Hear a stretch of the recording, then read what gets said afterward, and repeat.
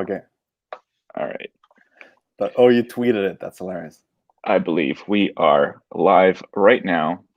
Welcome, ladies and gentlemen, to the 23rd office hours. Alex, how you doing today? Doing pretty well. Just had a nice solid portion of beef rendang. It was great to watch. Ladies and gentlemen, let me tell you, an Alex Zvanovic mukbang is a sight to behold. It was great. You were showing me the sauce and it just poured out. Yeah. What a good way to start the day. Yeah, because it's pretty early where you are. It is 6 a.m. here on the lovely West Coast. I'm back for about a week visiting my parents in San Diego.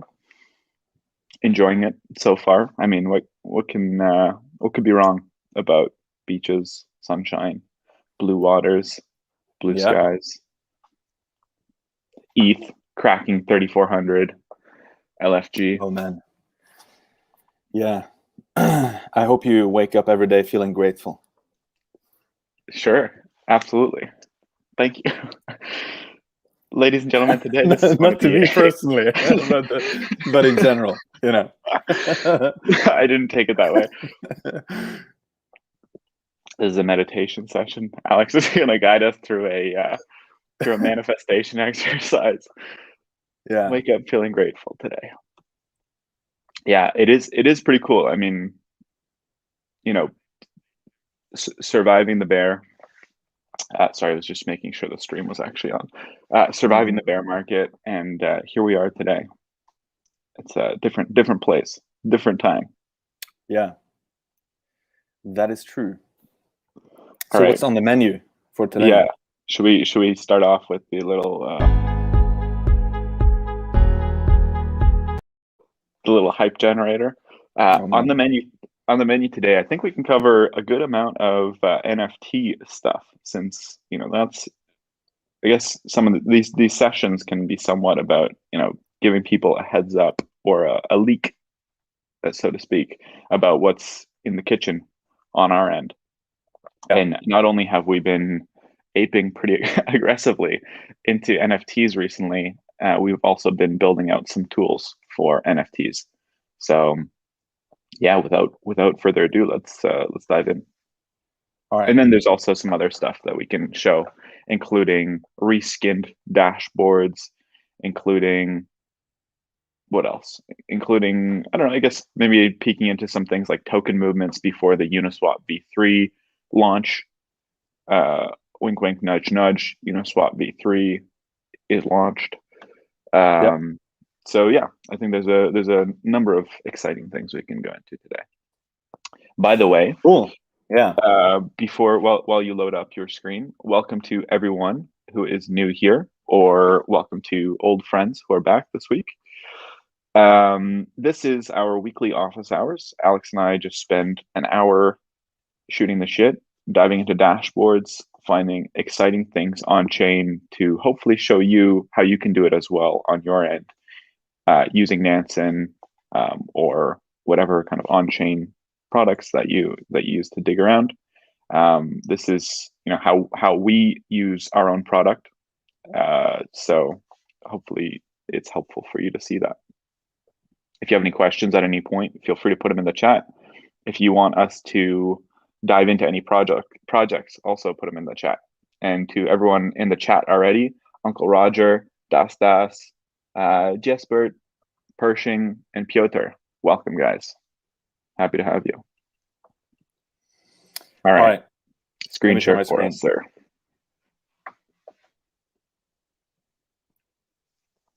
Let's see. Can you see my screen now? I sure can. All right. So maybe we can dive right into one of the NFT projects that was hot this week, namely Bored Apes Yacht Club. So maybe it's helpful to give a little bit of context on how I personally discovered this project. And there was some degree of aping going on one of my public addresses, if anyone wants to see how that played out. But basically, in crypto, there's, I would say, two main sources of alpha. One is social networks. And so that means things like Telegram, Twitter, Discord groups you're in, and so on. And the other is data. And so this was kind of an interesting case study because it involved both of those things, at least for me personally. So I guess it was on Saturday morning here in Singapore that I received a couple of messages about this new project with these apes, people saying, hey, this looks kind of funky. I just bought some. And then at the same time, some people in another group I was in started talking about the exact same project, literally, within 20 seconds of each other.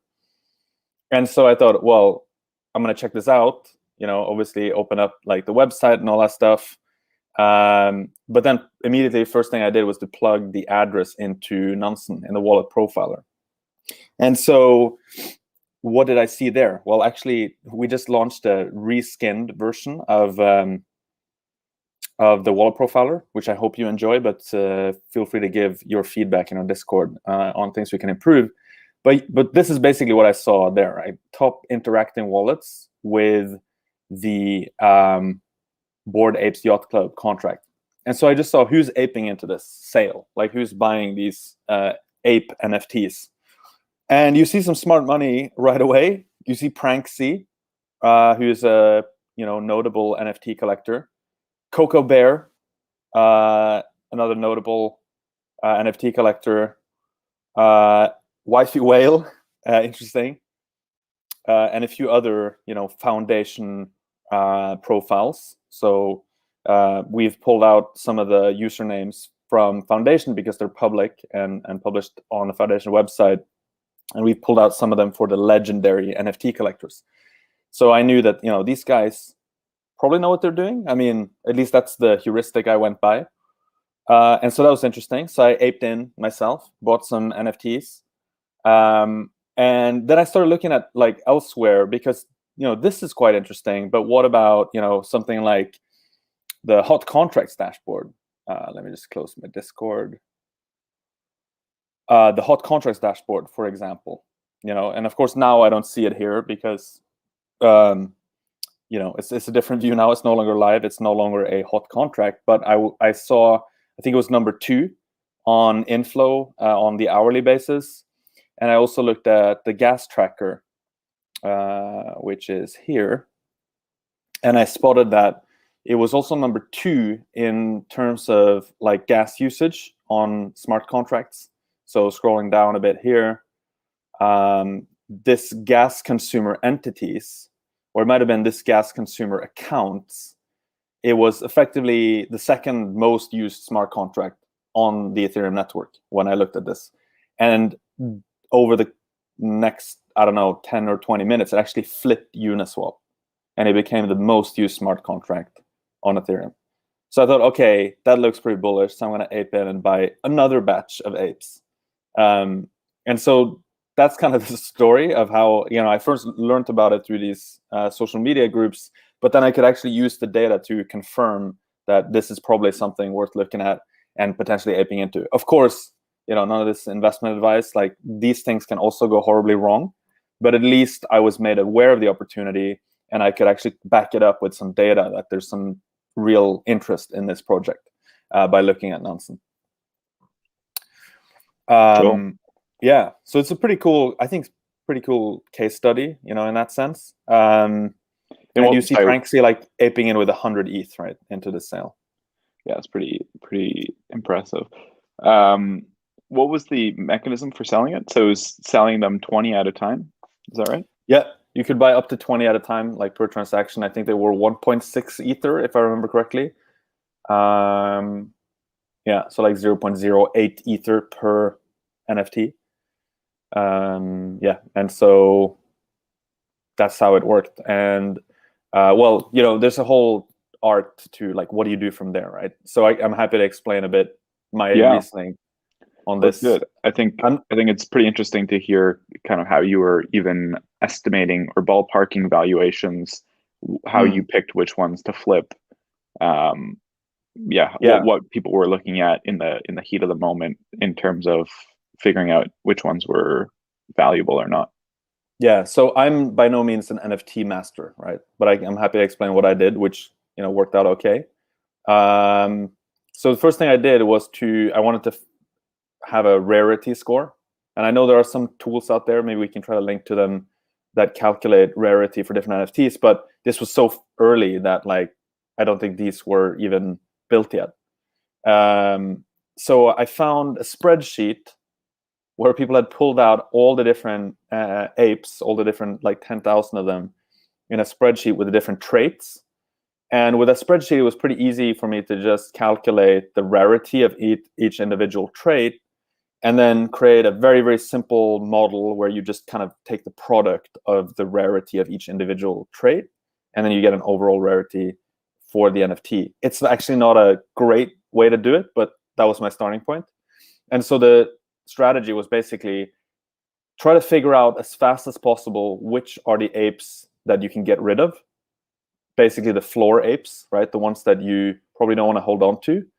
And while they're still hype, put them on the market and just sell them, but then try to keep the most valuable ones, the most rare ones. And so I think I had 40 apes, right? I mean, I think 20 of them were in the public address.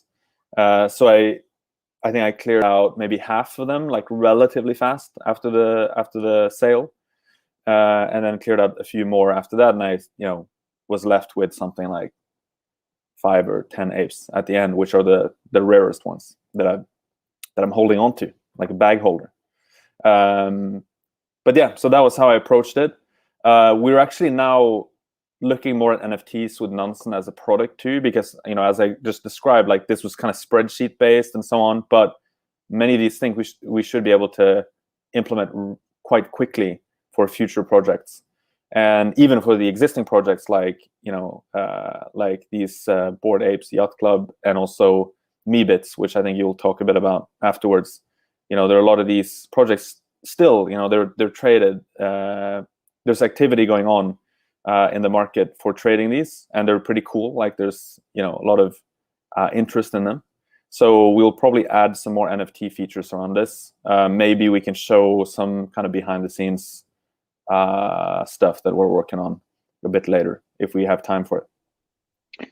Yeah, I think it's really these collection based projects that are able to be analyzed in this way.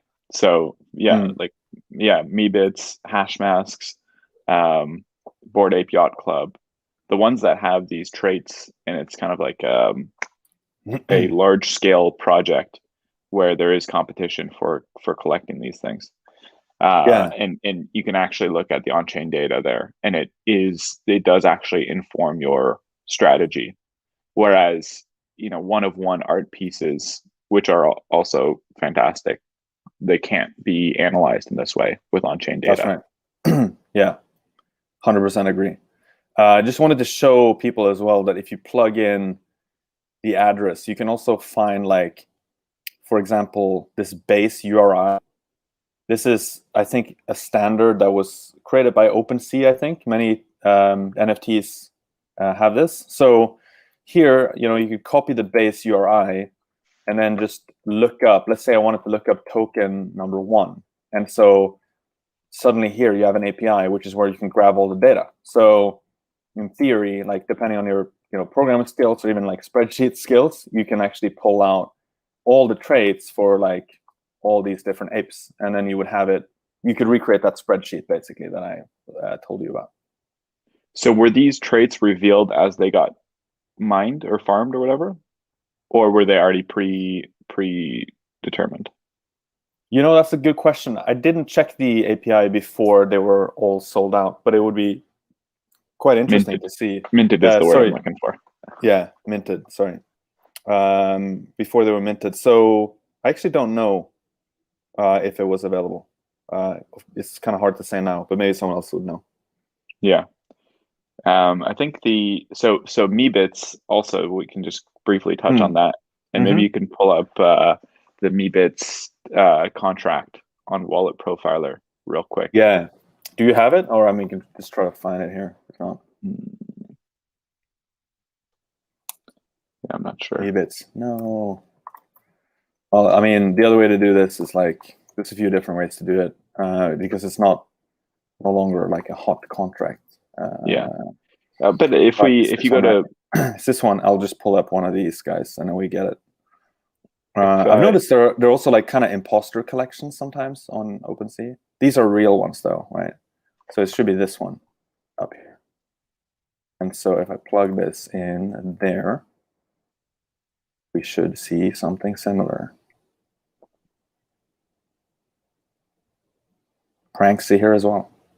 Yeah, Pranksy had a live stream near the end of the sale where he was just going off buying. He had like 6-7 screens open and was just tabbing between them.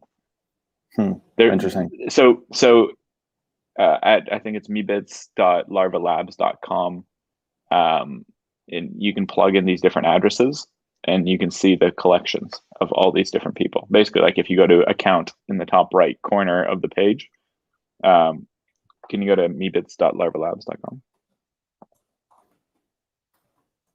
Was it Larva Labs or Larva Labs? Like No, this? yeah, exactly.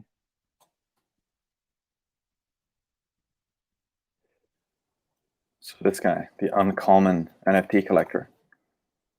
And then, oh, maybe it doesn't show. Let me pull up the address. Maybe here, owners. Here we go. Here, so I can plug it in here. Yes. Perfect. Yeah, so here you see. They were actually, that's a lot of money. 1,500 ETH. Yeah, but it looks like they flipped a bunch, or at least they're maybe listed on OpenSea or something like that. If they only own 28. Yeah. Yeah, we could plug this into OpenSea as well if we wanted to. Actually, I don't think you can. Well. So anyways, yeah, this was a similar tale where, the Meebits were being minted. So there were, I think, 20,000 total Meebits. 9,000 were in a public sale. And it was like 2.5 ETH to mint one Meebit. And during the apage, there were some kind of rarity calculations being thrown around. So I think at the very beginning, when it was unclear what the rarity of the different traits were, the only thing you could really do was the obvious traits, like what body type they were. So you could be human, pig, elephant, robot, skeleton, alien called visitor, or dissected. And I think that's in like order of rarity right there. And so at the time, you could roughly see how much these things were selling for on OpenSea. So you could estimate, okay, a human is selling for around 1.5 ETH. Like if I were to insta flip it right now, a pig is selling for around 10 to 15 ETH. So let's call it 10 on the lower side. An elephant is selling for 25. Robot is or skeleton is 50. Did I say robot before? Anyways, robot is like 100. Anyways, I don't remember the exact numbers, but basically you could estimate what the base sale price would be, or like kind of the floor price would be for one of yours, regardless of the characteristics. And then you could estimate effectively what the expected value of your Meebit would be by calculating what is your probability of getting it times your sale price. And then in the end, you effectively got like an expected value of like 2.7 or something like that. That was kind of like the spreadsheet that I was looking at. And so, if expected value is higher than your aping price, kind of makes sense to go in. That's at the extreme math end. And then also, I mean, just kind of eyeballing it, you could also say, at most I'd probably lose like 50%, 75% or something, but I could get 100x. Like, that seems like a good bet. Yeah. I think it's quite cool because it feels a bit like, like Moneyball, right? Where you take something that you might not think is that like mathematical or statistical or quantitative, and you just make it, you just geek out on it big time, and you can sort of outcompete the rest by doing it that way. Yeah. Because it's not, originally, or you think of it as like entertainment or art or whatever, and then in reality, there's actually a lot of stuff you can do with the numbers and the data to get an edge. Yeah. I think it's interesting. Like it is kind of like a game. I mean, it's like a sport, like coming in on some of these things. And then, but at the end of the day, even if you're kind of left holding the bag, they're interesting enough that, it's not horrible to sit on them for a while. It's not like you're holding some shitcoin like through the 2018 bear market that you're like, this is burning a hole in my pocket. Here it's like, all right, I've got some Meebits. Maybe I can flip them later. It's also cool that because all this stuff happens within the DeFi ecosystem, you also have these kind of money Lego components that come to be over time as well. Like, you can get indices that are created by projects like NFTX or Uniquely, right? And it won't take that long necessarily after a project is launched that you will suddenly get the floor price set through some of these indices, right? And then they start getting much more liquidity. That kind of makes them a bit more valuable because it's always good to have more liquidity. Yeah. And so that's pretty cool as well, that there are all these building blocks that have been created over the last year or two where you can, like, these projects can kind of just like plug right into them. Yeah, and it's really just getting started. There's other stuff like fractional coming out, or like different fractionalization projects. And it'd be interesting if like one of the dissected owners, which are these kind of like, it's pretty hard to value these dissected Meebits at this point because they're so rare and like novel.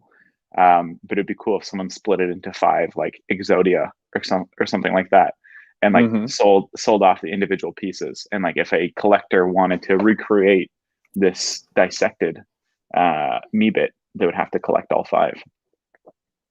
Yeah. One thing I wanted to show as well. This was like created today, so don't take it, don't scrutinize it too much. But it would be cool if with these NFTs you could just like get these are basically, this is data on Apes, so board Apes, Yacht Club Apes NFTs. So you get like prices, right, over time, and this is like the sort of the universe of apes, right? But you could say, hey, what about like trippy fur apes, right? And you can maybe filter that down. Maybe this is a good time to explain your tweet of trippy fur is so sexy. I was scrolling through Twitter. They look so good. Wait, what?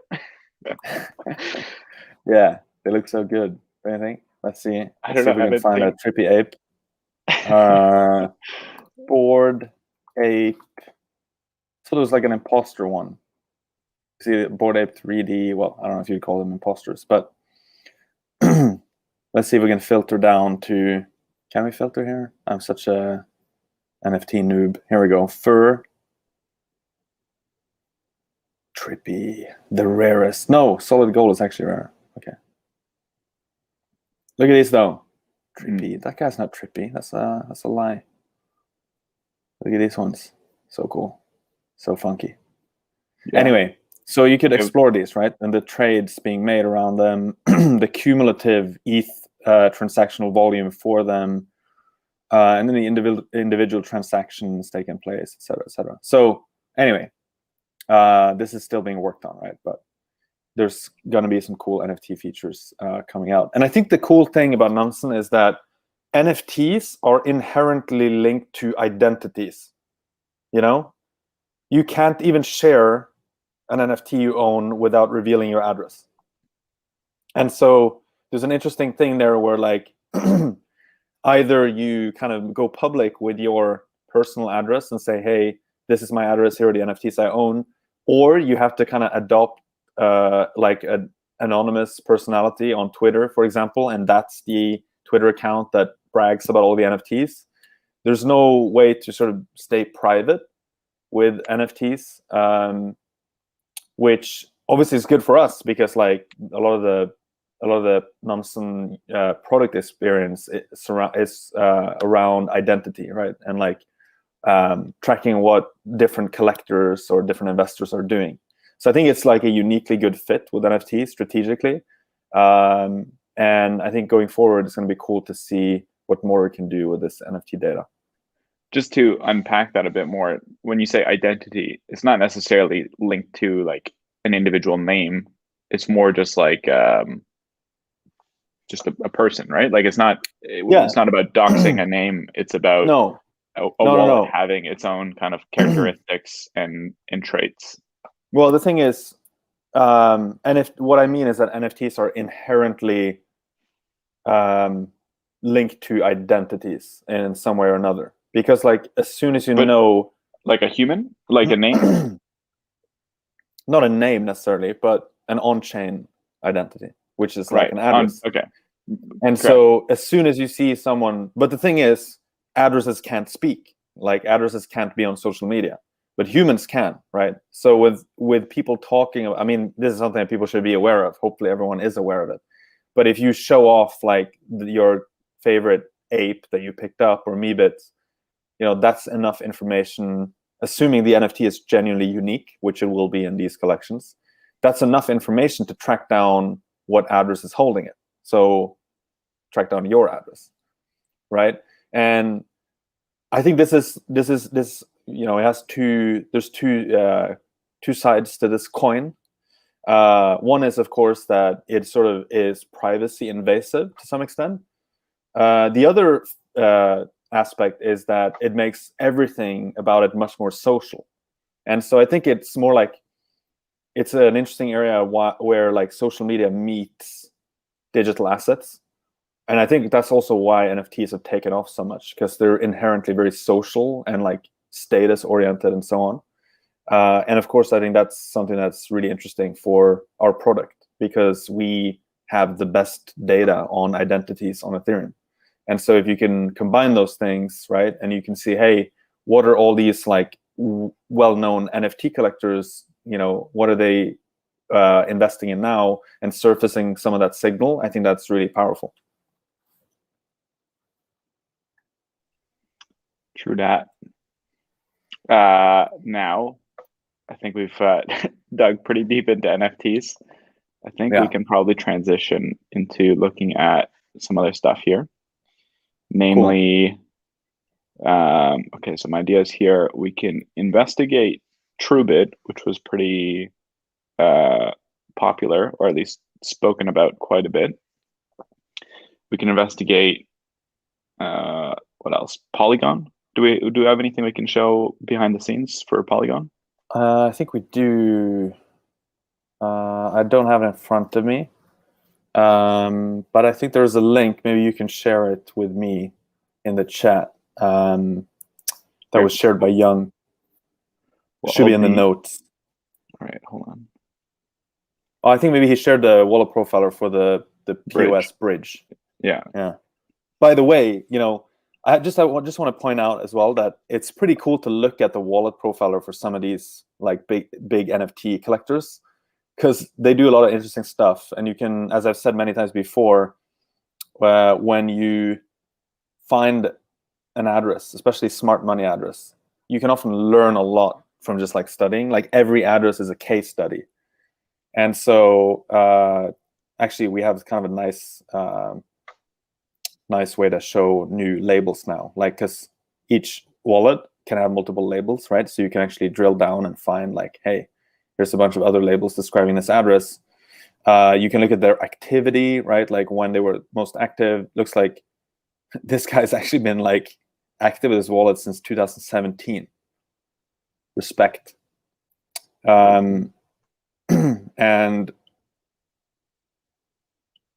we can see counterparty transactions as well, like where the Ether is going, and you get some breakdowns into like interesting projects, tokens, and so on and so forth. So it's always fun to just like look at these valuable addresses, and one way to find them is to look at things like who's aping into different projects, and you can find them. So see like 50% of Ether It looks like CryptoPunks, like they've been really active trading CryptoPunks. They also use like OpenSea, Rarible, yeah, but also exchanges. So, it's pretty fun to just look at these addresses to better understand what they're doing. Cool. Let's instead of going through the link, maybe we can just find that bridge on hot contracts, because I think it was deployed maybe like 2-3 weeks ago or something. Oh yeah. Let's see. Was it really that new? I don't think so. Why do I seem to recall seeing it on here? Maybe it was the other bridges that we saw last time. No, I don't think it's here. Should be a link to it. Well, that was interesting. If you go back to 1 hour inflows on Ribbon Finance for this, what was it? Oh, sorry, it was a different contract. There are a few different ways we could get there, though. We could look at ETH Tracker. This is being rebuilt now, but we might see some inflow to like basically some volume spiking for Ether, because the bridge we're looking for is the Ether bridge, right? That could be one way to do it. Let's see. You see like individual transactions, but I think we're mostly interested in like top volume addresses. Let's see if we can find something here. Well, see something cool here. B protocol. B protocol has been pretty highly recommended for ETH. If you want to put ETH to work, I think you can. Let me find the recipe, the alpha recipe here. Yeah, I opened up B protocol so we can have a look at those as well, just with the normal profiler. Here we go. Polygon. We found it. Let's click through this. Let's have a look. So the recipe for B protocol was a little alpha leak. Open a maker CDP or compound ETH position, migrate it over to B protocol, and then you get a share of liquidation proceeds as well as earning B Pro token for holding your vault there. Nice. Hat tip to the God Sage for that one. So it's pretty cool though. You can look at the the ETH bridge for Polygon, and you see the activity in transactions, number of transactions being sent by it. Looks like it peaked around here. It's been going down a bit, but it's still a lot higher. Generally, the volume is like higher lows, as they say. No clear pattern on like hour of day or day of the week. It's probably constantly being used. But you could drill down and look at counterparties and see here who is actually depositing Ether into Polygon. I think there were some big projects that launched. I mean, like Aave, for example, recently on Polygon, and so it makes sense that whenever there's a big project, there's probably a big migration of sorts. Alameda. Zapper. So maybe people are zapping into.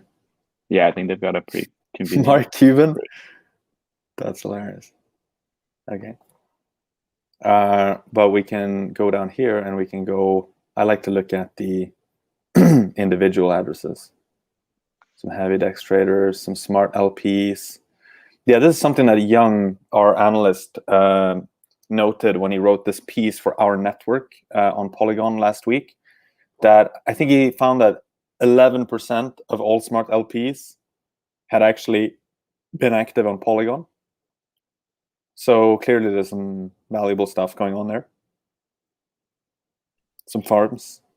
It is actually interesting to think of, I mean, it wouldn't happen every time, but it seems like a lot of projects will use the bridge, like we saw above, like those, some of the top, can you scroll up again? Like the incoming ETH from these projects, Surf Finance, Dark Matter, Bondly, whatever. This could be an interesting place to kind of keep an eye on and see any large transactions that are coming through, basically like whales aping across the bridge. Yeah. One could theoretically turn on a smart alert for this address with a pretty high limit, or like a high minimum amount of like 100K, 500K, a mil, or something like that, just to see when people are moving across the bridge in size. That's a really good idea. Yeah. Go to smart alerts, add trigger, advanced. Okay, I probably should have. Wait, let me hop back because I want to get the address. Why advanced? Because you want to look at.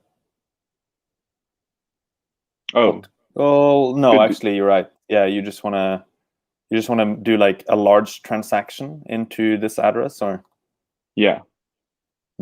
Okay, so minimum USD value. Someone depositing like 1 million. 1, 2, 3, 1, 2, 3, 1 million. Yeah. Could even do smart money, but could do smart money. That's a good idea as well, to filter down to smart money. Smart money is sending at least $1 million into the Polygon bridge. Yeah, it's not a bad idea actually. I like it. It's really simple to set up too. Yeah, I'll add that this is like the kind of thing where you'd probably even just want to set up a new Telegram channel for it. So not have it in the same Telegram channel as your other smart alerts, but maybe set up a whole Telegram channel specifically for bridge updates. Yeah. And I think these smart alerts we can keep iterating on. There's some what's his name? Llama Funk was giving me some suggestions yesterday or the other day on how we could improve this. One of the things could be get an alert the first time someone apes into a contract. So not like recurring, basically just like only filter to the first time someone comes in. That way you can, just reduce noise a little bit. And if you see a bunch of people going into a project the first time, like a bunch of smart money going into the project the first time, it's kind of a signal, and you don't have the noise of every other time they're transacting with it. Yeah, true. Another thing we could do is, and we will do this, is that when you, for example, look at a wallet profiler, of course, there should be just a link here that says like set up smart alert for this address, right? Should be. And it's just like, just a button, you click it, and then it takes you to the smart alert page, and it has pre-filled all the details, so you just have to activate it. Well, even better, it would be if there was just a simple version of setting up a smart alert on this page. So like you click like a little bell and a little modal pops up, and you can just fill out the information right there. And if you need more details, or like an advanced or whatever we want to call it, it would link you to the other page. Yeah, exactly. So I think getting more integrations like that, so that you can kind of manage the whole sort of discovery, due diligence, defense workflow, I think would be quite good. We need more Ds to add to these pillars of Nansen. Yeah, data. More Ds. By the way, in the new wallet profiler, we also added this little section here, which can be quite useful. It's called related wallets, and it's just it's a pretty generic concept where if there are specific relationships between addresses, we try to surface them. So like this is deployed by the deployer. I mean, kind of obvious in this case. These are also these are B protocol addresses. Okay, here we go. Interesting. So these two were created by the deployer, and this one as well. But this one also created the B controller. So it gives you kind of a bit more insight into how these things are connected to each other.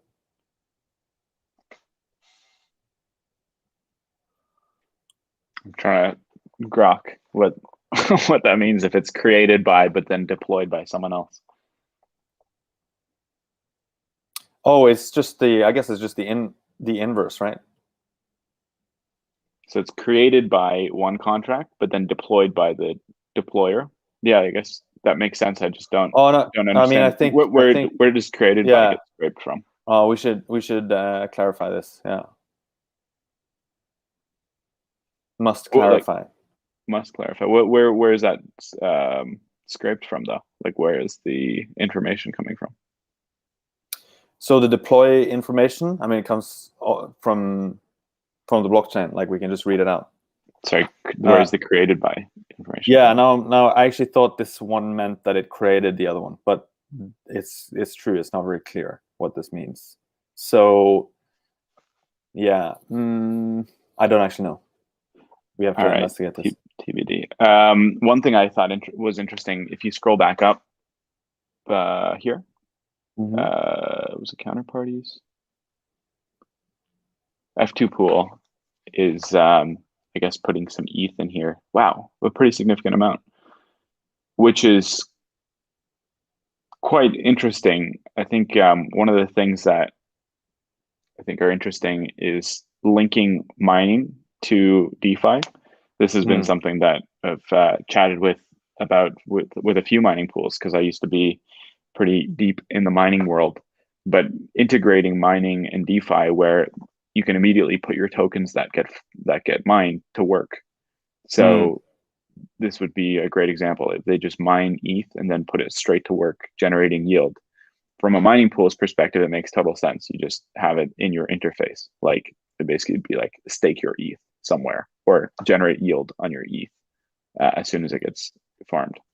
Yeah. You can do it with BTC as well. You could bridge your BTC over to Ethereum, either wrap Bitcoin or Ren BTC, and then immediately put it to work in, I don't know, a Yearn vault or somewhere else. Pretty insane amount of smart money in this. Yeah. To be or not to be protocol. Yields must be quite good. And this one looks kind of funky. So this is I think this is the F2 one, F2 pool. For some reason, we've surfaced few.eth, which is one of the ENS addresses it owns. This is really strange, the pattern here. I guess they were using it super heavily. Maybe distributing, maybe it's like a mining pool address or something initially. Whoa. Yeah, look at this related wallet. Deployed via, deployed contract, deployed via. Deployed via, okay. Yeah. I think we need to have some kind of hover over that explains these account relations. Oh, maybe. Wait. Yeah, we need definitely a tooltip. It's not even worth speculating. Yeah, interesting. All right, let's keep chugging along here.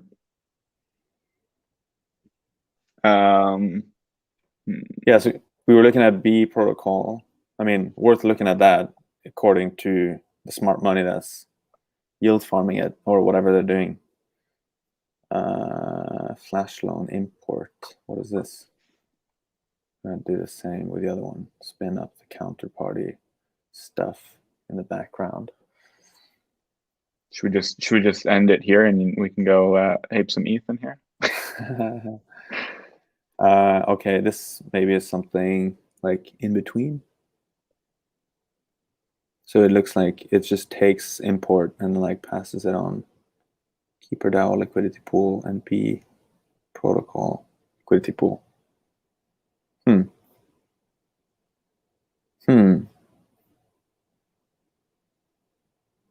Interesting. And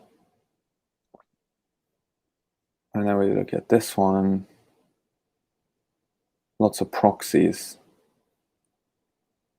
Well, I think that's if you are putting your ETH in Maker or Compound and then migrating your vault over. Oh, okay. Okay. Huh. Interesting. Yeah. Good stuff. Cool. Yeah. And so this, I guess the way we kind of ended up here was we just went to ETH Tracker, which actually has some like cool macro picture stuff. And we went down to top volume addresses. And we simply looked at what's sending through all this Ether. ETH received and ETH sent. And then we sort by the total volume by just summing those two up. So the kind of most, the addresses with the most traffic of ETH. Mhm. And you can click through on the profiler here as well. Next, I think we should look at WBTC real quick, like the WBTC tracker. Oh, okay, like the, let's see, this one. Yeah. With the premise that there's been a lot, or that there's a lot of BTC on Ethereum, according to Young. That's kind of that's the starting point of this discussion. Is Boom, keeps pumping. Yeah, it's pretty cool actually. Yeah. So that keeps pumping. Looks like it's CoinList driving a lot of the minting now. That's the yellow one you see there. I am token a bit Alameda. I don't know what happened to this icon here. It should be Alameda, I think. If you hover like this, you see it there at the bottom, Alameda. Yeah. Some glitch on the UI. But were there two CoinList ones? CoinList. And then to the oh left. Yeah, you're right. Yeah, because it's two different addresses. CoinList here and CoinList there. But yeah, you could probably collapse those two, since it looks like one took over for the other. Yeah. Do it by entity or something. Probably we have this. It's because it's one of them is a smart contract and the other one is just an externally owned account, a normal address. Yeah, so actually if you sum those two up, it would be yeah, 69 would be bigger than Alameda. Nice. Are these rounded? How is it such clean numbers?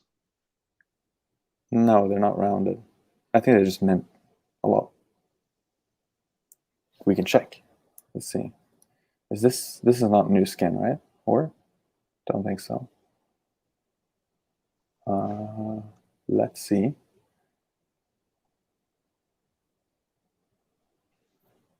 Man, this feels really old now, this user interface. What's the estimate on when these will all be migrated?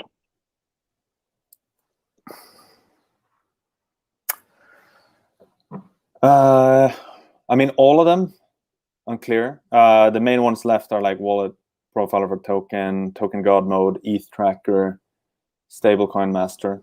So best case 2 weeks, maybe 4, 2 to 4 weeks. Cool.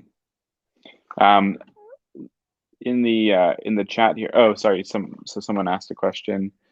Madame Fanny Perrier asks, does the WBTC mining per address capture every address that's ever minted? Yes. It should.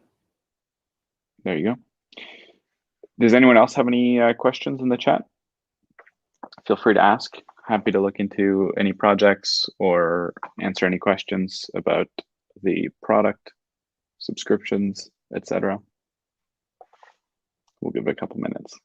I think we can probably wrap up early today otherwise. Yeah.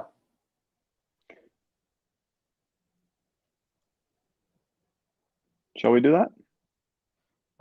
Let's see. Just wanted to have a quick look at the gas tracker or something. How are we doing on gas? I like following the gas tracker because it feels like a really like macro picture of the Ethereum blockchain. Yeah.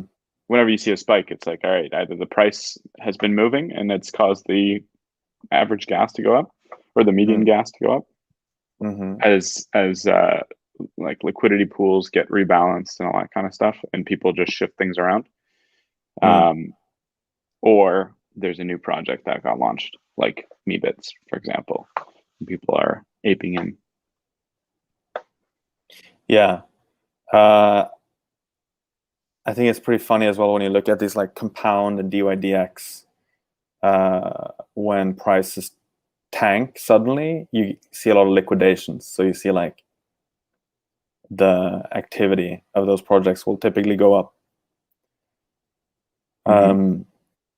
And also NFT projects are quite common here.